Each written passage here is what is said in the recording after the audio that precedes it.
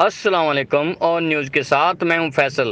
خبر شامل کرتے ہیں ڈسکا سے، جہاں کرونا کی وجہ سے لاک ڈاؤن اور بے روزگاری سے پریشان غریب عوام مزدوروں کا درد بانٹنے کے لیے چند نوجوانوں نے آپس میں مل کر وی اسٹینڈ ود پور کے نام سے ایک تنظیم بنائی اور غریب عوام کو راشن تقسیم کیا اور افطار کا بھی انتظام کیا، جو کہ مسافروں، غریبوں اور مستحق لوگوں میں تقسیم کی۔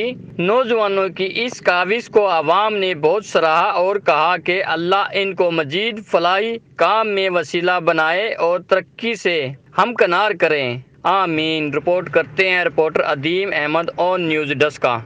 لائک کریں، کمنٹ کریں، شیئر کریں اور بیل آئیکن کو پریس کرنا مت بھولیں۔ دیکھتے رہیے آن نیوز۔